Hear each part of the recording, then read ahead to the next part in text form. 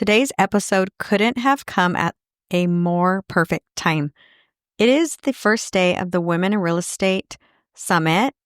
It started today. All the presentations are up and they're going to be up for 24 hours. My presentation is going to be happening tomorrow, Tuesday, February 25th at 5 p.m. Pacific Standard. And once you get in, when you get a free ticket, you get to join the Facebook group. Once you're in the Facebook group, that's going to be open all year long. So this is the first time they're doing it. So go ahead and grab your ticket and stay tuned for this episode because I talk about how to work this real estate business around your schedule. I talk about how I'm offering new open house audits and a review of the 2 most recent audits that we did and the amazing success from those audits. Stay tuned. Welcome back to Open House, Open Mind Season 2. I'm so excited about the new direction of the podcast. Like I said in the trailer, we're going to be listening to interviews from agents that are out there that are disrupting the norms, disrupting the status quo, and really making a difference, having major success. And if you or anyone you know would like to also be interviewed on the podcast, go ahead and send me a DM. The best way to reach out to me is on Instagram. I'm at Open House Coach over on Instagram. Sending me a DM would be the best way to reach me. But I want to encourage agents from here on out to build a business that fits your lifestyle, your values, rather than following outdated industry rules. I kind of teased that in the season 1 of this podcast, but this season, we're really going to dive into it. And I'm excited because the upcoming Women in Real Estate Summit that I'm going to be speaking at, there's going to be 38 women in real estate who are doing just this very thing. And it's going to be all together, all at once. You can listen to presentation after presentation of these women that are killing it with new tactics and not following the old school bro tactics that have been around for way too long. The problem with the traditional practices is that it focuses only on like high pressure sales tactics, cold calling and, just door knocking, all the old school things. And again, I always say this, don't get me wrong. Those things work for some people and some people do like them. But if you're here, it's probably because you don't like them. You don't want to do those things anymore. And although open houses are still traditional in a sense, we don't have to, go at them the traditional way. And that's what I teach. I teach against those tactics. If you've been listening for a while, you know that I am not a fan of handing out flyers. I'm not a fan of having people sign in when they first walk in. So if that interests you and you're intrigued, you're curious, then you're going to want to stick around. And we're going to have some really cool interviews. These ladies are amazing. So when we do these old school outdated practices, they lead to burnout really, really fast. And I really think that's why the dropout rate is so huge because it feels so inauthentic. When we're doing those things, it doesn't feel good. So we don't want to continue doing something that doesn't feel good, right? And the sad part is that a lot of agents who leave the business, I know that they probably end up feeling like failures, but that is not the case. It is not the case because it's just lack of support and lack of doing things that feel authentic to you. So things need to change. We're going to change 2025 and on, and we're going to disrupt it. So how does that feel for you?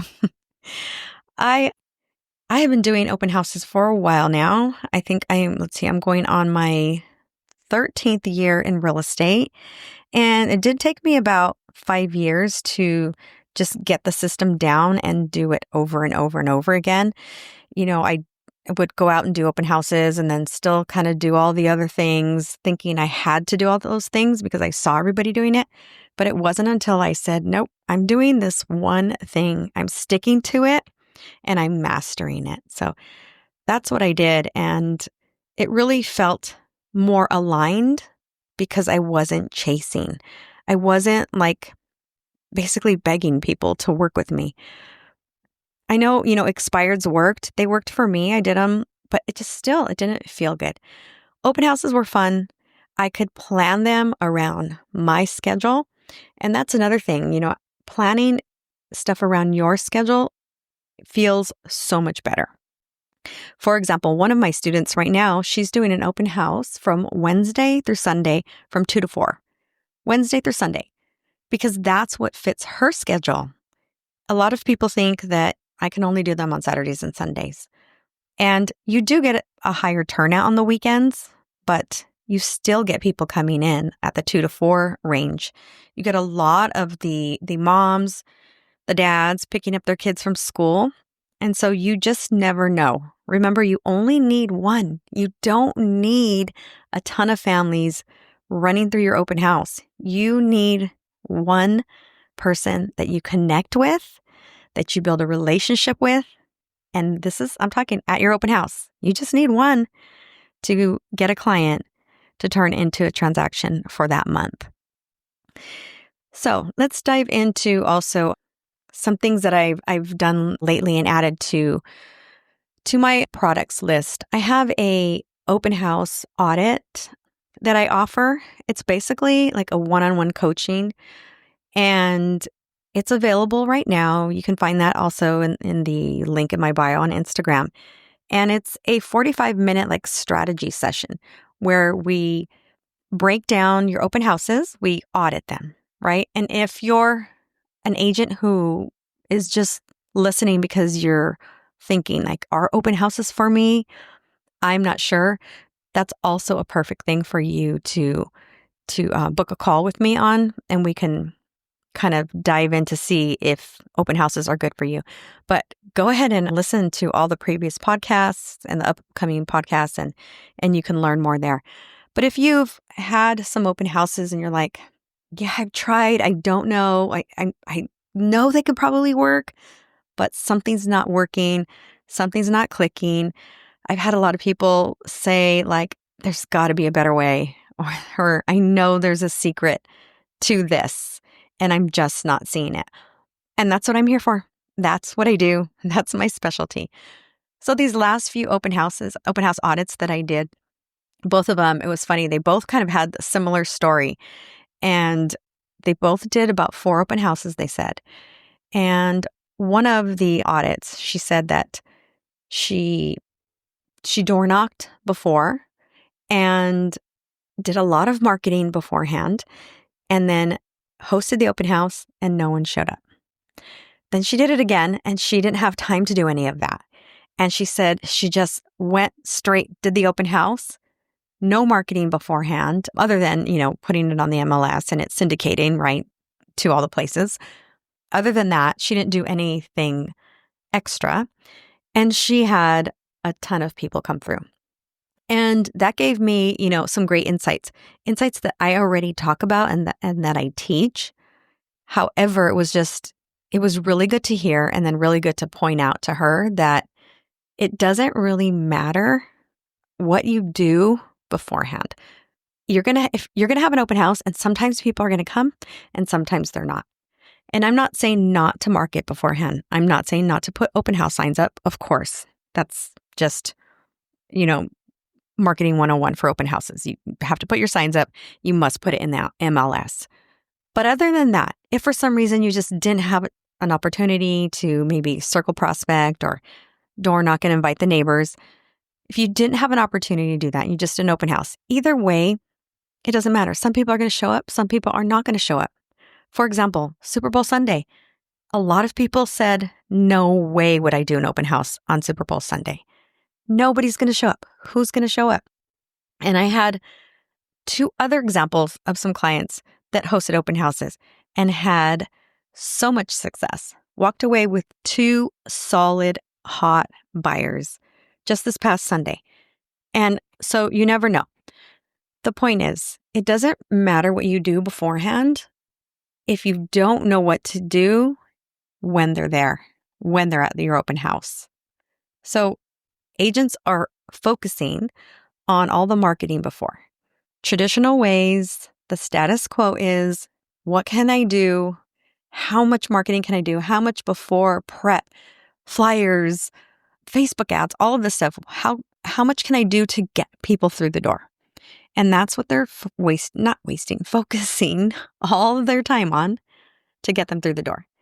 Now, then they come through the door and they don't convert.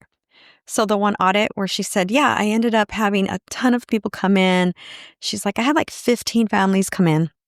And I said, okay, how did that go? How many clients did you walk away with? And she said 0. She said 0. So that was because she had no idea what to say. She had no idea what to do, how to talk to them, how to have a conversation, because that's not the norm. That's not what's being taught out there. And when you come into my program, that's exactly what I teach you. Now, in the audit, I gave her a mini breakdown of what it is that we talk about, of the conversational framework that I teach. And she's one of them that ended up, after our call, she booked an open house for Super Bowl Sunday. And she sent me a DM because I asked her how it went. And she said it was like night and day. She was like, I had conversations with these visitors, and she walked away with 2 clients, 2 people that are solid, that she's most likely gonna help in the next few months. And that's what it's all about. I mean, those buyers or sellers that came out that day, imagine how serious they are. They are out and about on Super Bowl Sunday. Now, a lot of people don't watch football, right? They could care less about Super Bowl Sunday, but a lot of people do. And so the ones that are out and about are pretty serious, and you're gonna capture that, right? So those are the kind of things that we talk about here. I hope that you enjoyed today's episode. Go ahead and sign up for the Women in Real Estate Summit. It's going to be amazing. Again, my presentation is on February 25th at 5 p.m. Pacific Standard. Can't wait to see you. Once you get in there and you save your seat, and then you get into the Facebook group for the summit, they're going to keep that open all year long, which is not what they've done in the past. So you guys are going to want to get in there. All right. Talk to you next week.